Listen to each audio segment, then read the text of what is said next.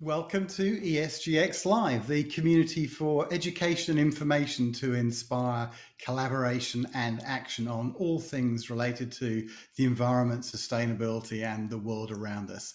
We have a fascinating discussion coming up today, and I think it promises to be very lively.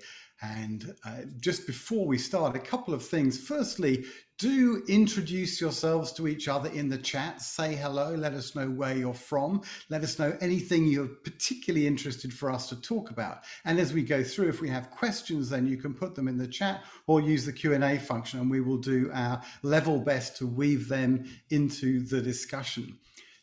Secondly, if you happen to be watching us on social media, please do share with your friends. Please do like on YouTube.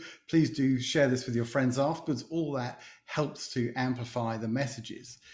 Just as a very brief introduction, 2020 was a crazy year. We saw the terrible bushfires in Australia now a year ago, which between them burnt a land area the size greater than Florida or greater than one of the Dakotas, which is a truly shocking thing. That seems like a really long time ago now. We have continued effects of climate change in other ways. This is Arctic sea ice, one random date in November, a couple of months ago, continuing to run downwards over time. We've also been through the COVID crisis, which has been truly had really significant effect in many countries. Here is a chart, and you can see the rolling average of new cases with the UK and the US, two lines that are very high. Other countries such as Canada, Russia have done significantly better. Australia and New Zealand with almost no cases per 100,000 of population at all. And of course, in terms of the impact on people, the death figures remain absolutely shocking and continue at what feels like an unrelenting pace. The end is in sight with the vaccine rolling out, but there is still some way to go. And of course, the economic effects of all of this have been really pretty significant. Jobless figures in the US still running at about 800,000 new claims a week, roughly 3 to 4 times the level of a year ago, more or less unprecedented. And despite all of that, and the reason just for reminding you of those things is, despite all of that, there has been all sorts of progress in the last year on things to do with environment and climate change and the energy value chain in particular. We've seen most now of the top 10 economies sign up to a net zero target, in most cases by 2050, China by 2060, but this is the UK, Germany, France, the whole Eurozone, Canada, South Korea, Japan. So really significant action starting to be taken. Clearly an awful lot more to go, but you see companies like Tesla having great success. Too, we've seen in our business continued activity in terms of rollout of renewables, and the dollars being invested are measured at least in the billions, and that's just what we see, let alone more broadly around the world. So with that as a little bit of introduction, I'm delighted to welcome Jigar Shah to join us, Chris Castro and Paul Herman. Jigar needs little introduction, but co-founder and president now of Generate Capital, but has a long career as an entrepreneur in and around renewable energy, sustainability. He's host for podcasts, he's written a book, he ran the Carbon War Room and has done all sorts of other things along the way. I'm not sure we will touch even a fraction of that on the way through. And Chris Castro is Director of Sustainability and Resilience for the City of Orlando. And of course, an awful lot of the action which is needed is going to happen at a city level, whether it's public transport or energy infrastructure, or for that matter, perhaps not so much for today, but the effects of climate change in terms of rising sea levels, etc. All of that is in the mix. So welcome, thank you very much for joining us. And let me bring my face back on the screen here and really start with a quick question to Jigar, which is, where did all of this start for you? How did you get involved? What drew you into this? Yeah, no, it's a good question. It's so long ago that I don't remember these days. I think, in general, I'd say that my interest level came from the fact that, growing up, I was just so fascinated by, solar power, because it was new, right? Everything else was basically burning something to boil water and then turn a turbine and, make electricity that way. And I thought it was kind of cool that solar was actually different, right? That you actually had a semiconductor and you unlocked DC current. And the application of it was quite fascinating, right? And as I dug deeper into how these things work, don't work, how costs come down, how private sector capital participates, just learned that there were all these things that were fundamentally broken. And I was, too naive to know that you're not supposed to be able to fix it. Yeah, look, I think that's a fascinating point, and has the fact that these developments have been underway for a really long time. The solar PV cost curve goes back to the 60s, I think, and the progress on a log chart is pretty linear, and it's not been very hard to predict where it's going for quite a long time, but yet many people ignore that. So I guess if we jump to the other end of the story, which is right now, where are you focused right now? What's attracted your attention? Well, what's shocking to me is just how many extraordinary analyses there are, from McKinsey's Resource Revolution report to the International Energy Agency's report to deep decarbonization pathways to project drawdown. You have so many different technologies that have been outlined, all of which I would view as in a mature phase. It doesn't mean it's at scale, but the technology has, pick a number, at least 100 units that have been operating in the field for 10 years. And no one's bothered to figure out how to really scale them up, right? Whether it was electric vehicles or whether it's anaerobic digesters in the US or whether it's fuel cells, right? Or whether it's electrolyzers now with green hydrogen production, or, you name it, there are, I think, over 70 different pathways that McKinsey talks about that are ready for billion-dollar scale and eventually to trillion-dollar scale. And so for me, having really stumbled into this, it was not my intention to become a PhD in, private sector malfunctions. But as you figure it out, you're like, hey, there's a secret here. Everyone should copy it. And I've tried to outsource and open source the secrets in my book and other things. But, in the end, I find that the vast majority of people have not really fanned out and tackled all these sectors. So that's what I do for a living. And look, I think is fascinating. And, similarly, I see, it feels like every almost month, a new technology, which is well proven from a technical perspective, but which is still at the roadblock of needing $5, 10, $20 million to be able to build a first more commercial scale demonstration, before which no one really wants to invest. And there's lots of people that want to do the second one and no one that really wants to go first. And I've seen this in high temperature plasma gasification of waste, where the economics can be quite attractive. We're seeing it in some new forms of submarine turbines with better technology for installing these things so that they are much cheaper to install. I mean, there's a host of different examples. So maybe just should bring in Chris and start to hear from him as well. And by the way, the rules of the game today is we are all going to be able to ask each other questions to make this as dynamic as possible. And if questions appear in the Q&A, we will bring those in too. But Chris, for you, in terms of where you're focused now and what you're doing in the city of Orlando, fascinated to hear how you've approached that, what sorts of projects you're focusing on, and why. Certainly. Well, it's a pleasure to be here, especially with individuals who I look up to, like Jigger and Paul and you, Nigel. In the city of Orlando, what's fascinating is we're beginning to see local government acceleration unlike ever before around climate and sustainability.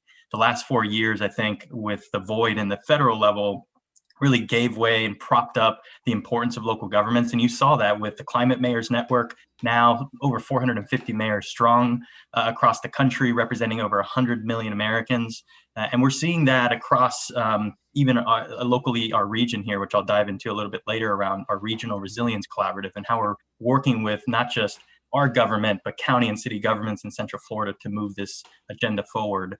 I've been here at the city of Orlando for the last 7 years as the mayor's senior advisor, And I've been able to create a new Office of Sustainability and Resilience that is now really beginning to accelerate implementation of these climate solutions. And when we look at Orlando's carbon footprint as an example, and we've done an inventory every year since 2007, what we realize is the energy use within our buildings happen to be the greatest contributor to our carbon footprint. It's about 72% when you take into account on-site energy use in the buildings and the electricity used from those sources. And we know that transportation and waste happen to be second and third in line for the biggest contributors to that. So for us, we've really tried to start out with cost-effective investments around building energy efficiency. A big success story in Orlando is we just completed about $18 million worth of energy efficiency retrofits within the city. And instead of going out to the private sector and partnering with an ESCO to perform an energy savings performance contract, we actually self-performed our own ESCO. We took out our own low-cost green bond. We purchased tax-exempt equipment, right, from lighting to actual HVAC equipment. And then we hired continuing contractors to install that and are measuring and verifying those savings over time. And now we're tracking at $2.2 million in savings and taking more than 25% and rolling it into a revolving energy fund. So, using the savings, to pay off the debt, but also building this pot of money to keep investing in our facilities and renewables. So that's a key component. I'm sure Paul's itching to ask a question here, so I've just got one more before I let him start firing away. And the point you've raised here about raising the financing directly for a project through a green bond type mechanism, Sure. I'd love you to talk a bit more about this, because for many governments, there is either a legal impediment or just a kind of philosophical impediment to bringing private capital in directly, whether that's through long-term PPAs or other arrangements. So different approaches to that, where you can still unlock the interest of private sector capital to drive this change, I think is really interesting. I agree. And how you've approached that. Well, and that example is not to say that we don't need private capital to hit our goals. In fact, it's quite the contrary. In order to hit Jigger's point around scale, that's when I think we have to get beyond just what we can do in city government and passing these bonds for $18 million, right? We really need to go much deeper than that. You bring up some regulatory challenges in the state of Florida as an example. We don't allow third-party sale. And so PPAs, the main model people are going after and Jigger helped to create, is no longer is not a model we can take advantage of. So for local government, it makes it difficult for us to achieve our goals. But I'll say that outside of that, we are starting to look at ways in which we can combine resources in public and private sectors around bus electrification. We are looking to do so and are doing so around renewable energy generation and efficiency. So as we go on this conversation, we can dive further into those examples. I'll just jump in here with some sort of provocative futures. So some of you know I started my career at McKinsey and specifically in the energy practice, and we did an annual energy outlook. And so now McKinsey also produces like a greenhouse gas emissions cost curve, which is of course a little bit technical, and because the things you want to invest in are negative cost, like positive return on investment. So greenhouse gas reductions and positive ROI. So Chris and Jigger, what are, like, if there were a top list of, people always think about like changing out light bulbs, but what are the high ROI greenhouse gas reducers that are just things we should do in 2021? What are those things, both strategically and what you're working on specifically? Jigger, I'll kick it to you and then I'll add value. And so, I mean, in general, I think it's a bit of a trick question. So I'd say that the higher ROIs don't mean anything because no one actually knows what the ROIs are. So what really matters are places where you have dedicated full-time staff that want to chase things, right? So I can show you how, in implementing a Peloton system on heavy trucks so they can daisy chain their way across the country is a very high ROI, but there's not a single truck company that's signing contracts for it, or a lot of companies that are promoting it. So it sort of is what it is, right? Like, I can't finance something that doesn't actually have a contract associated with it. So I think you start from the fact that you've got over $2 trillion of capital that have been raised into infrastructure funds, right? So when I started Sun Edison, roughly 2% of all money raised that year went into infrastructure funds. Today, that number is closer to 13% of all money raised, right? So you've got $2 trillion sitting in infrastructure funds. And the reason it's sitting there is because they don't have enough projects to invest in. So I would say that the number one priority is to find your local project developer and sign a contract with him or her, no matter what they're promoting, whether it's solar, energy efficiency, EV buses, like charging stations, whatever. And the reason it matters is because I think, for instance, like on solar and wind, everyone says, well, we're already, they're mature. Sure, there's 40 billion a year of that stuff going into the US, and 90% of global installations of electricity this year or last year, according to the IEA, were clean. But we're at 10, 12, 13% solar and wind right now, right? We've got to be at 65% solar and wind to meet Biden's 2035 pledge. So there's a lot more solar and wind to be done. So my sense is that, like, we actually really need everyone who develops projects and does things in the sustainability world to sign more contracts. That's what we need. Yeah, it's a good look. It's go on, Chris. I was just going to say that was an interesting response to that, because I was thinking he was going to go down into technology and where he's seeing, from Generate's perspective, the best return for his fund. But it was a good point, right? And was mentioned in the chat by Nick. I do agree that the internal drive and leadership, and we're seeing this in Orlando, we don't have the best return on investments for rooftop solar arrays that we're putting on our fire stations and our neighborhood centers. Some of them are 14, 15-year returns because, again, we don't get the ITC or depreciation. We can't take advantage of the third-party sale. So we're really using debt capital, and we're investing in these things. We know that there's a long-term benefit for it, but the short-term economics aren't one that most CFOs would be jumping to invest in.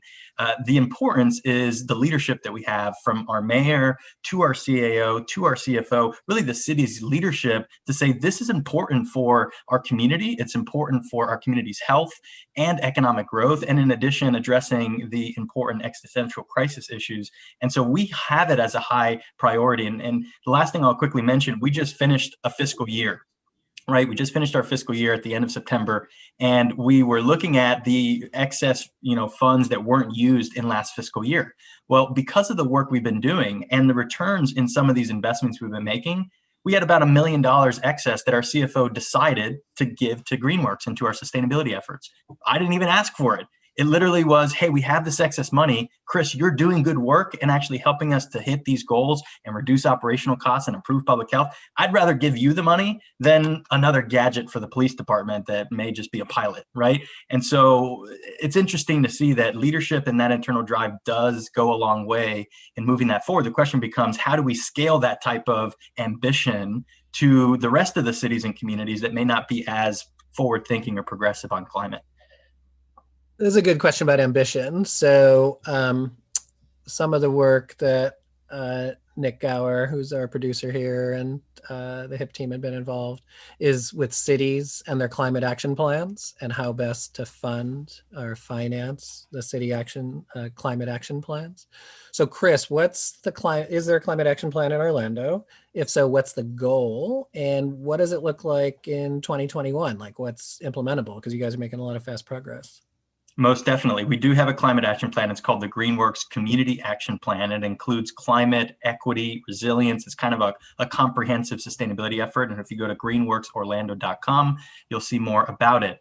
We certainly, getting into 2021, are starting to look at a green and equitable recovery post-COVID. It's something that, our mayor and the mayors of our county, as well as regional planning governments, are really starting to center around, and in fact, even using things like the Sustainable Development Goals and that framework on how we start addressing not just climate, but more broadly equity and environmental issues, as well as economic issues. Locally, we're beginning to also move forward implementation on the utility side of the house. In December, our hometown utility, OUC, published the most recent IRP, the Integrated Resources Plan. That plan is the one of the most bold utility plans that I've ever seen in the country. And what it's claiming is we're moving towards net zero by 2050, intermediate targets of 50% by 2030, 75% by 2040. And they decided to early retire our coal plants about 20 years before their useful life. The coal units we currently have are some of the newest coal fleets in the country, the most recent one built in 1996. And so you can imagine for us to claim that in 20 years we're going to be closing that is a big commitment, and they did. By 2027 will be the last year in which we are using coal within the city of Orlando, and then a drastic ramp up of renewables, storage, EVs, and other DERs. Our priority now is certainly rooftop and carport renewables. We have big RFPs out right now for both of those. We're starting to invest in floating solar. Orlando's kind of being looked at as one of these pioneers for photovoltaics. And we have over 1.5 megawatts of floating solar throughout the Orlando region, at our airport, at Universal Studios, at our wastewater treatment plants. So it's becoming an interesting application, because how we manage stormwater is building these man-made holes that hold rain, and they really don't have very much purpose other than that. So those are big renewables investments that we're focused on. And then on the transit side, we did just roll out our first fleet of battery electric buses here in downtown Orlando. We brought the first one on in October. We have a total of 14 that will be in operation by summer of this year.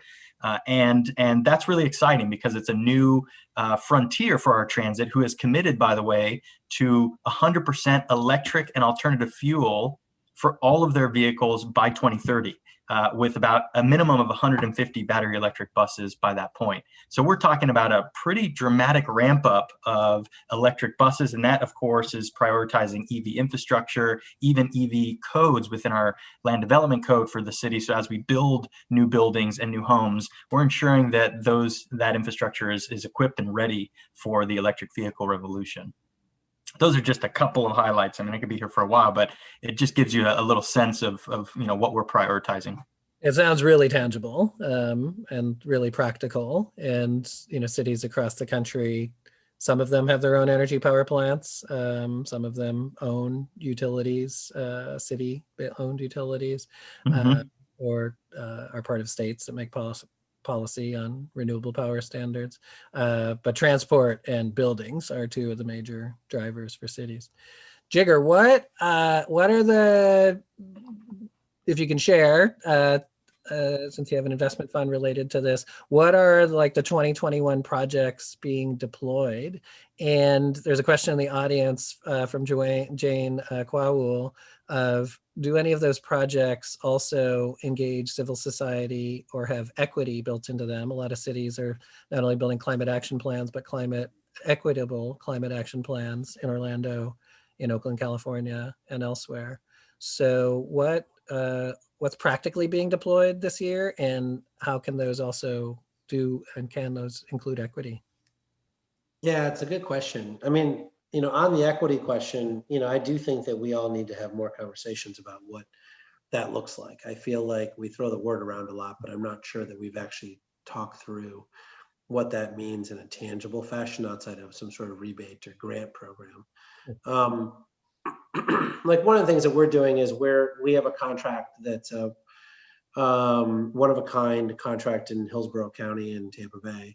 And that contract basically has been deemed by S&P and Moody's as being off credit, so it doesn't affect their credit rating. We've already put $150 million through that contract. We have another $200 million we're going to be putting through that contract.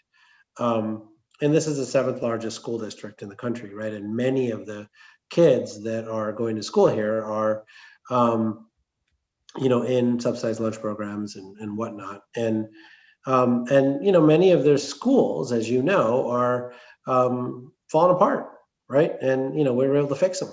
And so they're now a better work environment. We're able to replace all the lighting with, special colored LEDs that promote better learning while saving money. And we're able to integrate all of their operations into an operations center so that they actually can prioritize their existing staff to only work on things that are broken and not just inspecting things.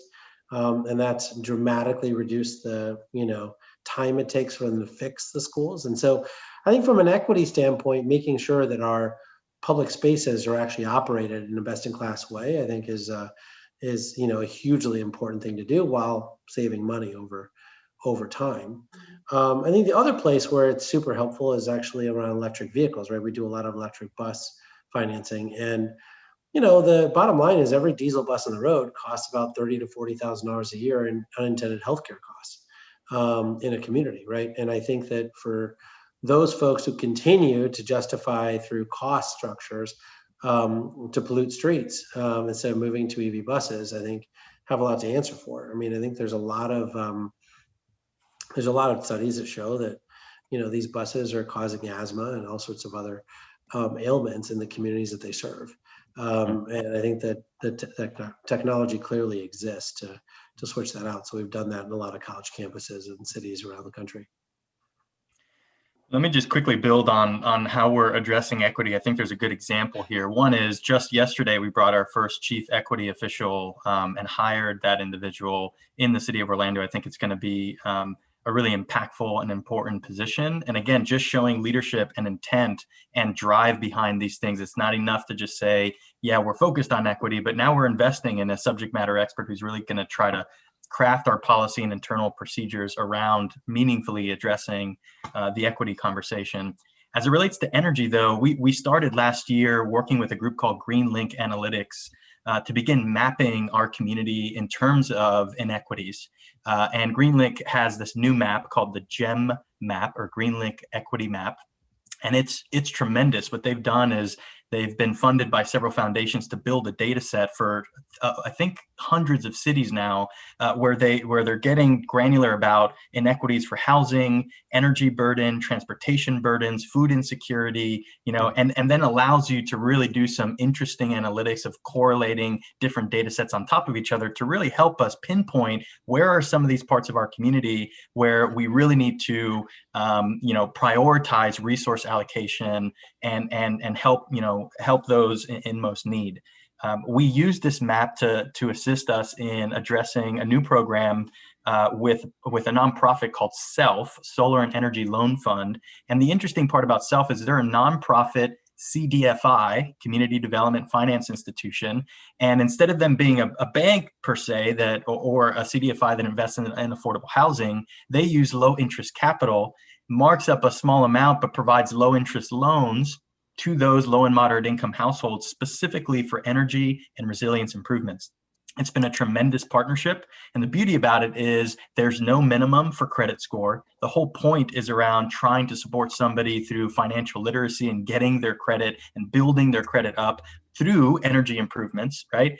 And then coupled with that, we launched a utility weatherization type program called Efficiency Delivered that is income-based subsidized. So we provide free home energy and water assessments for every customer in OUC territory, and then $2,500, no out-of-pocket expense, $2,500 that the utility will invest in that home, and then the repayment is based on the utility bill, so it's on-bill financed, but it's income-based subsidized. So if you're under $40,000 per year, the city and utility cover 85% of that $2,500. It's $2,125 we collect, and $375 that gets put on the bill over 24 months with no interest. Now you're talking about cash flow positive opportunities for those that are most energy burdened, and often our communities of color, our indigenous communities, and so on and so forth. So those are two ways in which we've used data and mapping to actually create programs targeted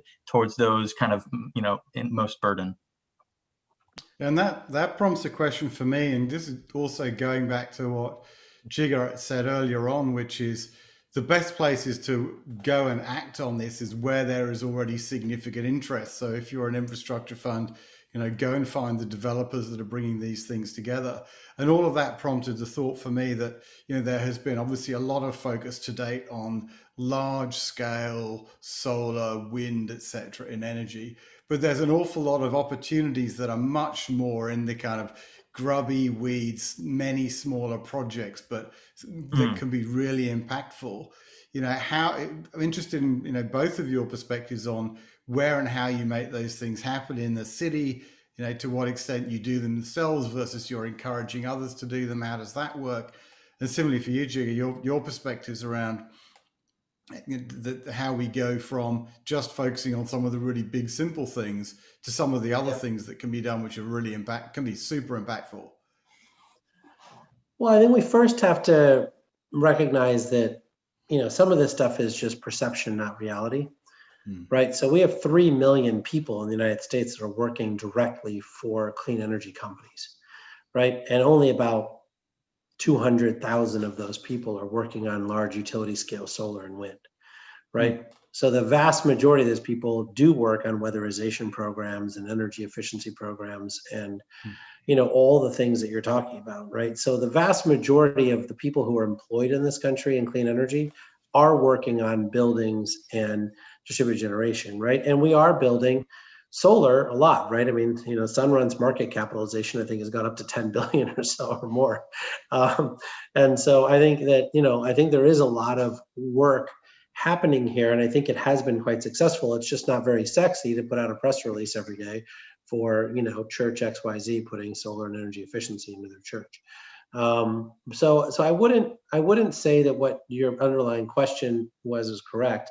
I would say that, there's an awful lot of studies that have come out in the last few months, including from the Community Access Foundation, from Chris Clack and company at Vibrant Clean Energy, showing that distributed generation is much cheaper than about half of the distribution grid investments that are planned over the next 10 years.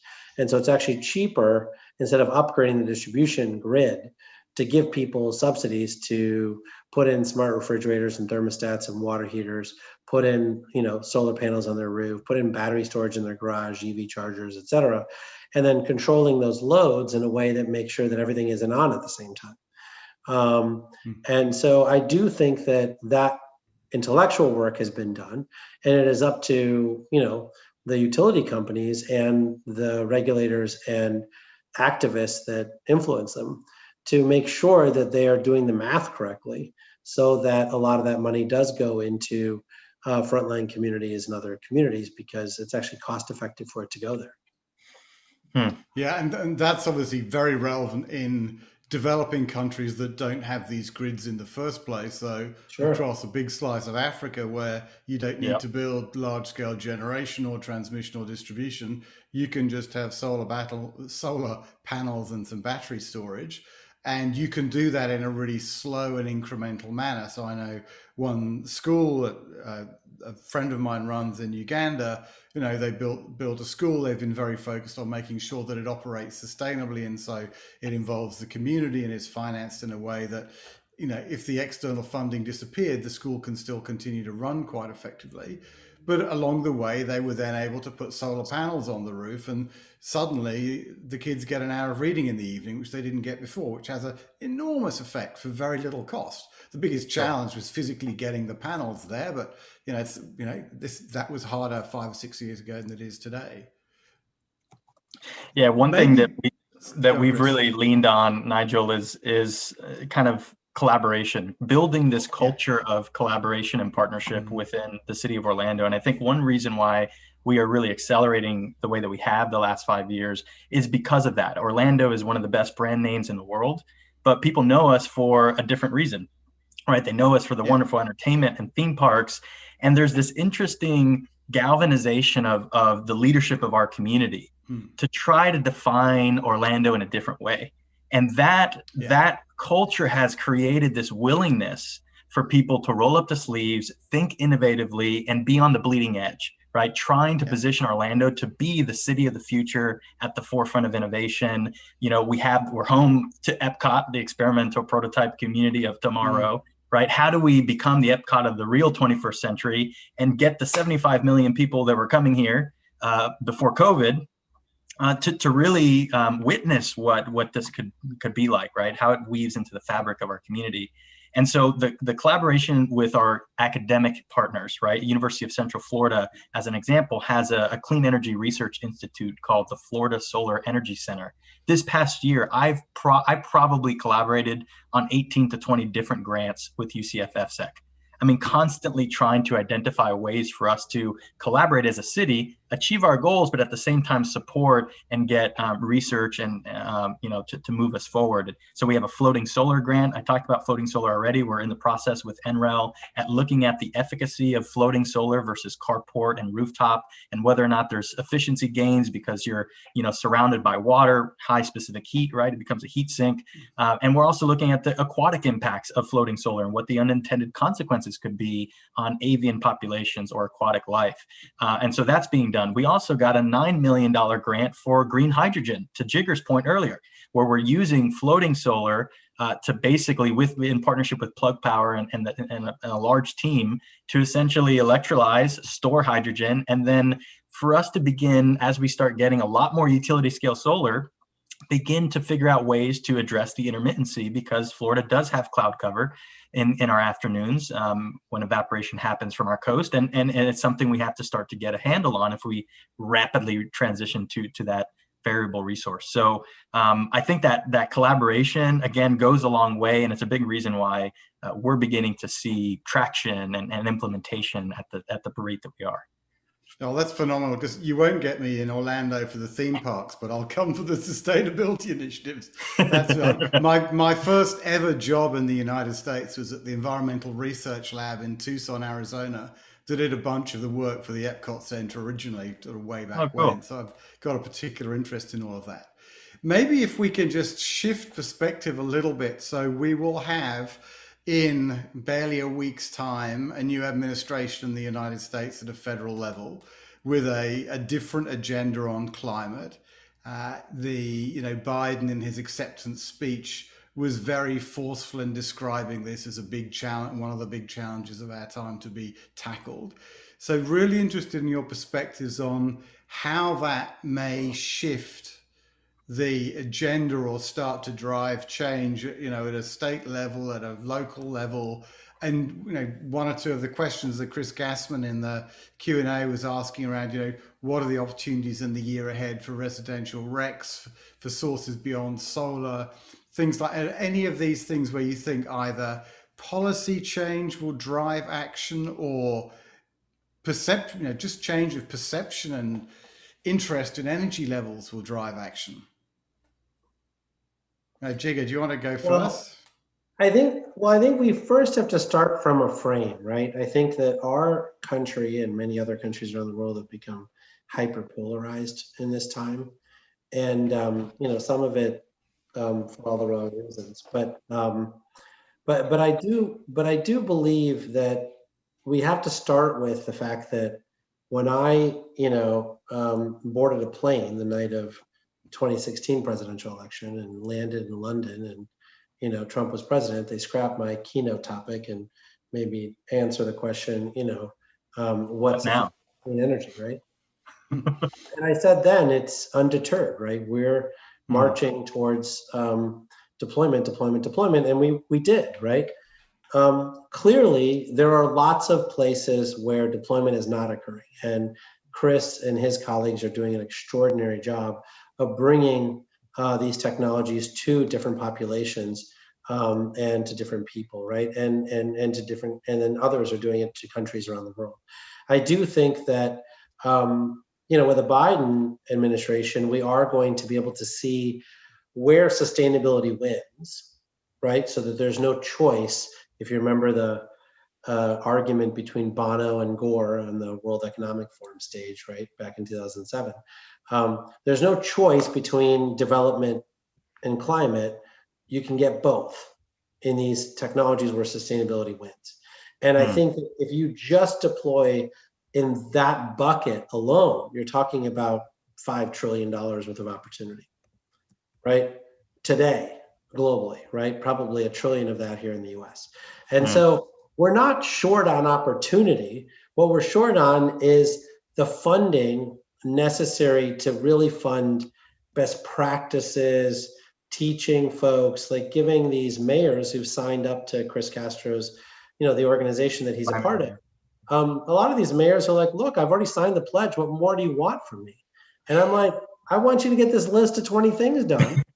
And they're saying, well, I need help doing those 20 things, right? I got a bunch of stuff to do around here, right? And so how do I really get this done? I live in that place, right? I live in Montgomery County, Maryland, where, our county supervisor is left of Bernie Sanders. We've declared a climate emergency and have done almost nothing around climate in our county, right? And it's not because I think he hates climate. I just think he doesn't get to it. So a lot of what the Biden administration can do is help actually give people the information, the best practices, the case studies, the tools to move faster on things that really pay for itself already. Yeah, a couple of thoughts here to build on what Jigger's talking about. First of all, I don't think we've ever seen the topic of climate or sustainability at the priority that this administration has put it into play. And I think for me, that's an indicator that climate is no longer a siloed conversation over here, but it's meaningfully a part of everything, hopefully, that they're going to do moving forward. It's a lens, just like racial equity is the lens that he's going to look through. Climate is one of those lenses, and we've been working for 20 plus years to make sure that at that level, climate is a priority lens, right? That's critical. The other thing is I'm very encouraged by the team that this administration has started to pull together. A lot of my colleagues or peers in my generation were very skeptical about the Biden-Harris administration. They wanted to be further left, further progressive, right? At the end of the day, though, what I tried to explain to them is not about those two individuals. It's about the team that they bring up to the federal government to help move this forward. And the team, in my opinion, is very much at the caliber and talent that we need to drive the ambition forward. What I'm hopeful to hopefully see is ideally a rinse, wash, and repeat of a couple of things that the Obama administration did, the Obama-Biden administration did. Energy efficiency and conservation block grants. EECBG was one of the biggest catalysts for local government action on climate that we ever saw. And we're still seeing yields and dividends from the investments that we made back then. In fact, my $18 million bond was predicated on a successful $1.75 million ERA grant through EECBG that we got, and we did that retrofit project. And then we saw the results and we approached the CFO and say, let's do that 10X, right? Let's see how much more savings we can get with 10X capital. And that helped us to move that forward. I do think there's a lot that they're going to focus on. There's a lot of conversation around what's legislative and what can be done from an executive standpoint. I think there's a lot that can be done on the executive side from what I'm hearing, including rolling back the rollbacks, putting those back in place from a regulatory perspective. And I do think there could be a clean energy standard conversation coming out of this new Congress. And I think that would be one of the biggest moves in the right direction that possibly could happen here in the next couple of years. Yeah, that's really interesting what we're seeing in looking at state renewable portfolio standards. First of all, not all states have a renewable portfolio standard, first of all. And when they do, it's less than 50% even over the next decade. So some of those state policies may need federal policy guidance. With respect to Jigger about find the humans who are, our problem isn't a technical problem. Our problem is a human nature problem. So how to get motivated, but for those who are motivated, how to pursue this return on investment, which at least from a company perspective, some of them make their own power, source their own power. Walmart continues to solarize its retail across its network. Chris, as you mentioned, not all power producers can sell their power back to the grid, or even residences who have solar can't get credit for it, unlike in Germany, where it's a very free market to sell power across Germany. So there's a mix of self-sufficiency, a mix of energy efficiency, a mix of energy production self-sufficiency. And I think Jigger alluded to Plug Power as well with Amazon. And Plug Power even created a contract with Amazon where the more electric forklifts they bought, the more warrants they issue in the company. So there's like a financial incentive. Incentive. Yeah, and what we found in green bonds, in our work looking at green bonds is, there's almost 1,000 green bonds in the muni marketplace now. And those are compelling either directly for power production, shifting to solar, like Jigger you're talking about, or funding city projects like you're talking about, Chris. But there are also things like the school district muni bonds are solarizing there. And Jigger, you mentioned the classrooms. It's actually, there's actually academic evidence that shows that students get higher grades when they live in, when they study in environments that are environmentally sustainable, clean air, clean energy, and the like. So a lot of financing possibilities, and I dropped a link in the chat showing what some of those funding and financing strategies can be. So any other financing innovations you want to talk about, Jigger or Chris? Well, Jigger, go ahead. Jigger, I was going to say, we're actually in touch with Generate right now here in the city of Orlando to talk about anaerobic digestion. And so, Jigger, I thought it might be great for you to maybe talk about that, because I think it's an untapped, very important resource we're going to need to ramp up significantly. And I could talk more about what we're exploring, but Jigger, maybe you set the foundation. Sure. No, I think that's a great idea. I think just some broad macro things, and I think this is true across many sectors. I mean, we produce over 100 million tons of food waste a year in this country, right? And requisite amounts of animal waste in terms of dairies and CAFOs and others as well. And so we're in a situation where either a lot of that ends up in a landfill, which is roughly 20% of the total volume. And then that then gets converted into landfill gas, which sometimes gets collected and sometimes doesn't, right? And then sometimes it gets collected, but it's too small to interconnect to a nearby natural gas pipeline, so then it's just flared. And so a lot of what we're doing is saying, look, there's 1,800 operating digesters in Europe, but for whatever reason in the US, it's so hard and we can't figure out how to get it done. And so I don't know that we've achieved financial innovation here, but I do think that what we've done is said, how do we actually take what are pressing problems for cities, right? Cities want to do something about their food waste. And sure, they can compost some of it for sure, that's great.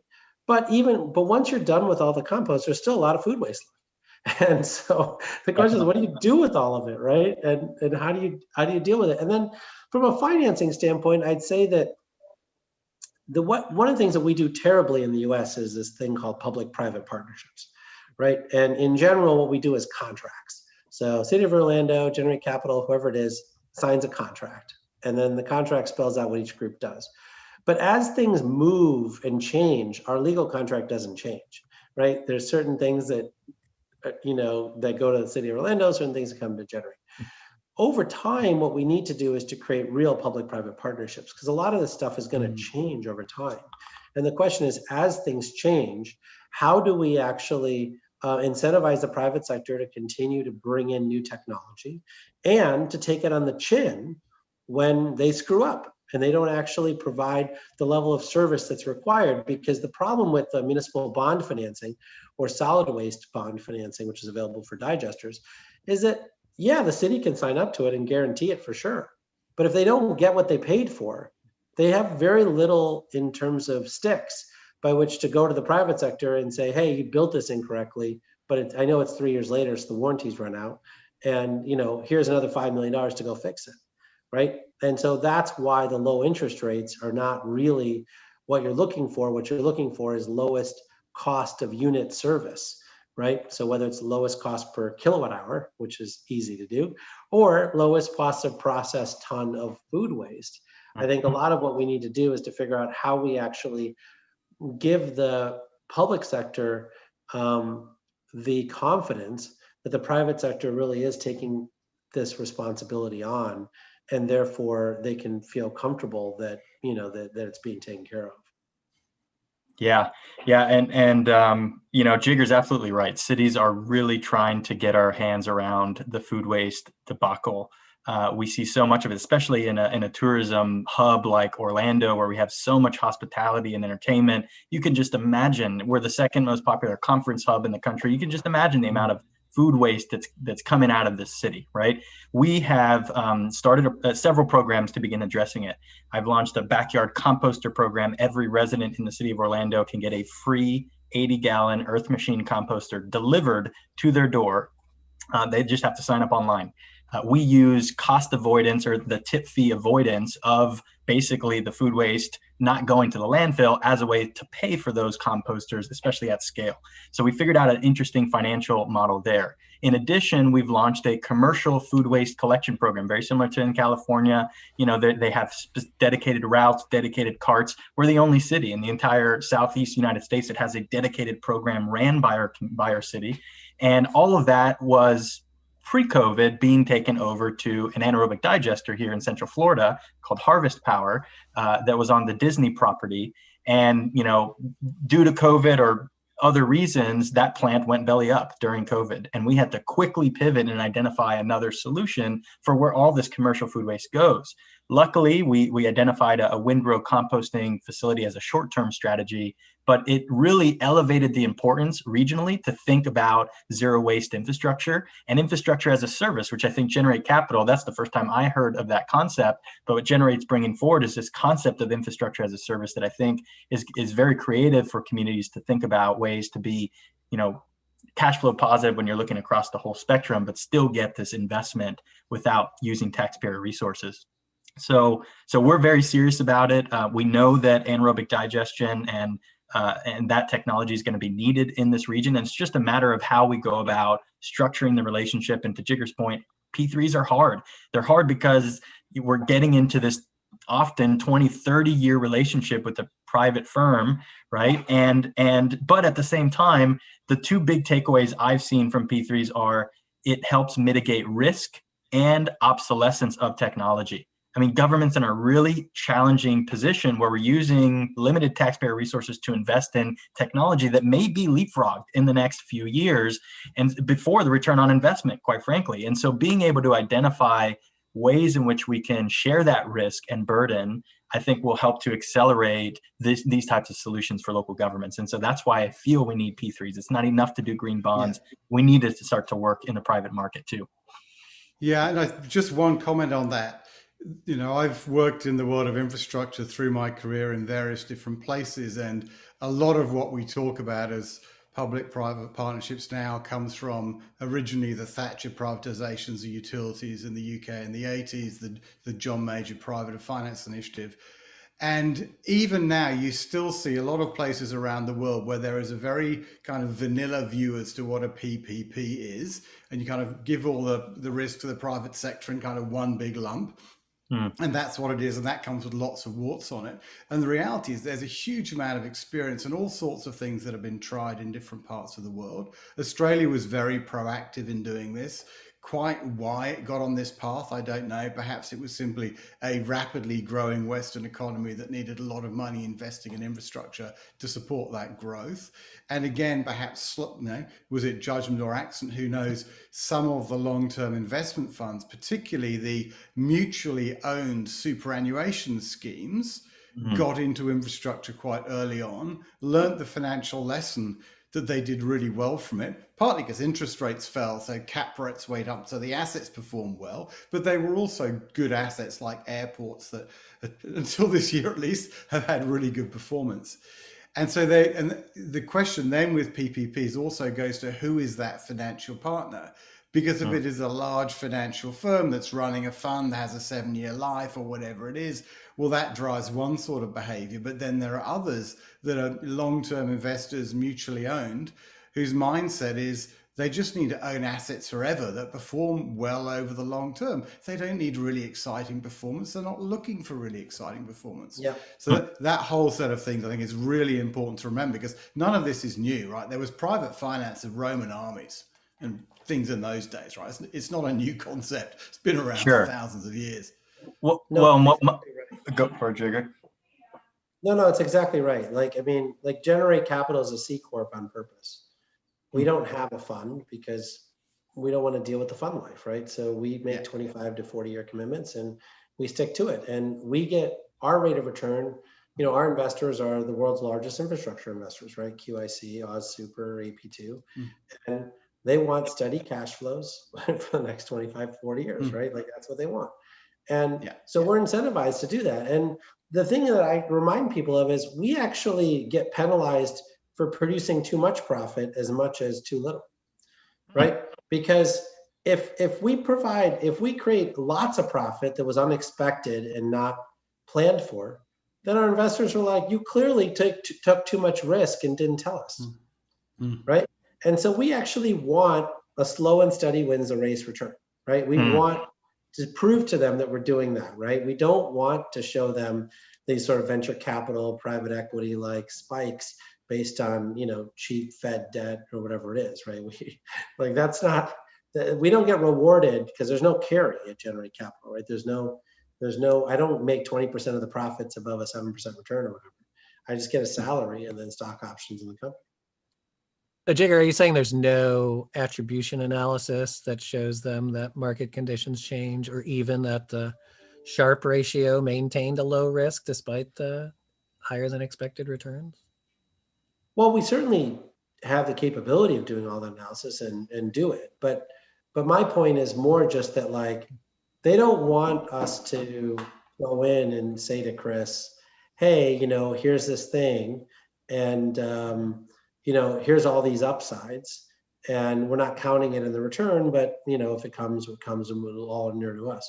In fact, what we do is we actually put it into a kitty with Chris and say anything that comes in, upside or downside, we put into the same pool. And maybe we don't give it all to Chris and we say, hey, why don't we hold back half of it and put it into a reserve account so that if future things go wrong, we can pull from the reserve account. But we don't take it for ourselves. Instead, we want to use those upsides to actually de-risk the project further for the customer and ourselves, right? Because the goal here is always to do more. Like, the rate of return we make on 5 million or 25 million pales in comparison to unlocking the next $1 billion of opportunity. Yeah. Right? So that's what we're looking for, is for Chris to give us a good reference to the other 450 mayors. Right. So just I'm happy to do that. Chris as a project, right? This is not Chris as an investor. This is Chris as a project. No, as a customer, right? And as a customer, and but that's what I'm saying is that for whatever reason, we have spoiled everyone to understanding venture capital and private equity from the 90s, right? And so everyone thinks in that way, even in clean energy, even though it's so insignificantly small. The total amount of dollars going into this space from venture capital and private equity is so small as to be negligible. The vast majority of money is coming in as infrastructure finance, but the people don't really understand what infrastructure investment is. Like, they have no idea what it is, right? They just think stocks and bonds, and then they think, oh, well, then this just means bonds. I'm like, well, no, there's an equity component as well in project finance, right? That there's the debt component, and then there's an equity component, and Generate's doing a lot of that equity component. So unfortunately, time has flown. So Chris and Jigger, you want to summarize, make any either summary predictions or summary asks for the audience? Well, the one thing I'll say is this has been enlightening just to have the conversation. We're really excited about what the future holds, especially as we get into kind of this new administration, new focus, new Congress. And one thing I'll leave you all with is kind of a very exciting project on the horizon. And I'm trying to figure out how it fits in here. But from an urban mobility standpoint, the city of Orlando just locked in a deal to bring the first electric vertical takeoff and landing company and create the first vertiport in the city of Orlando. We're in the process now of working with a company called Lilium out of Germany. And this is going to be fully electric, zero emission urban mobility in both intercity and intra-city. But I do think we're going to start to see some disruptive innovations very similar to that technology coming forward.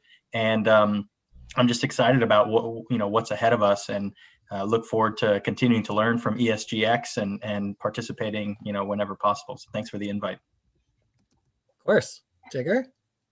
Well, I mean, I think I've talked plenty, and really appreciate all the work that you guys do, and bringing this level of consciousness to a broader audience. I mean, my sense is that we're talking about upwards of $10 trillion that has to be invested over the next 10 years to really bring this about. And it's a lot of money, it's a lot of wealth creation, it's a lot of job creation, and it's a lot of opportunities to solve inequities that, have persisted for far too long. And I think people have to, not sleepwalk through this process, but actually be intentional about what they want to try to accomplish. And so really want to thank you for providing this forum to, to help all of us learn.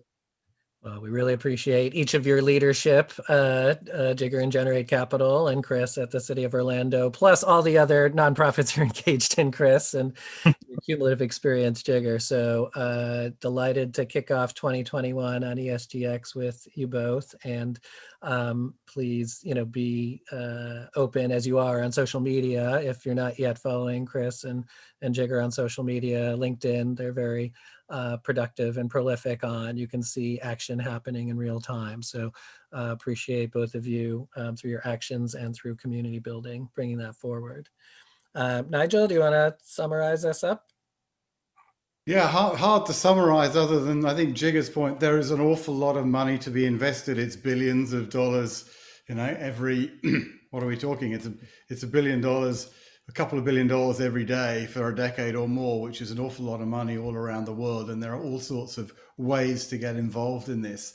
I think that the hardest part of any kind of change or innovation is just deciding to start. Once you've actually decided to start and start somewhere, then you can start to find there are people that can help you, people that have done it before, people with, like Chris and what they're doing in Orlando, people that can bring the money and experience like Jigger.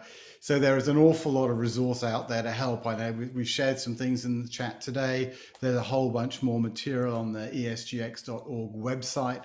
I thought I would just flag very briefly, if you haven't seen it, a couple of books here. One Jigger will know well already. And then there is the book just out by Paul Herman, who's helped to edit and bring together this book, and various colleagues on impact investing much more broadly. Both of those are on the bookshelf on the ESGX website. There's direct links so you can buy them from there. A couple of other things I was going to flag. So just in terms of other initiatives, we haven't had the chance to talk about it today, but there is a wonderful initiative called the RE100, which has brought together and really catalyzed action by a whole series of large corporates around the world. I mean, you can see there's a whole bunch of well-known names in here. Those companies signing up to become zero emission in terms of their energy use or net zero, typically within a really short time horizon, such as a few years. And for many, it's not very difficult. You just buy renewable energy or put solar panels on your roof and some batteries, and it's perhaps slightly more complex than that, but to be honest, not much more complex than that. There's even, I think, a zinc refinery has now signed up to do this. So one of the world, a relatively large refinery, they will take more than a decade to get there. But if a refinery can do it, then anybody can do it. And then finally, just to talk about what's coming up. This is not a one-time thing. We run these discussions about once a fortnight. There's a few, you can't see these are rather small, but these are some of the things we've done over the last 6 or so months. We have an episode coming up next week. Everyone who's signed up here will get an email about that in the next couple of days, which will really be a preview of the new book which Paul and his colleagues have just put out. And then at the end of the month, we have our monthly Green Jobs Report, which looks at how the economy is performing in the environment we're in, the extent to which green jobs are performing better or worse, and some of the economic opportunities which are flowing out of all of this, and a series of topics related to that. So that's really it for today. We've tried to answer your questions. I know we've not quite covered all of them. There were one or two pretty technical ones in there we will keep in mind. If you have topics you'd like us to cover in the future, then please do let us know. Just drop us an email, suggest something. If you have guests you'd like us to get on the show, please let us know, and we will try to sweet talk them into joining us and sharing their experiences too. So thank you all very much for being here. A real thank you to Jigger and Chris and to Paul for your contributions. And we look forward to seeing you all again very soon. Thanks, everybody. Healthy 2021, everyone. Thank you. Thank you very much. Let's keep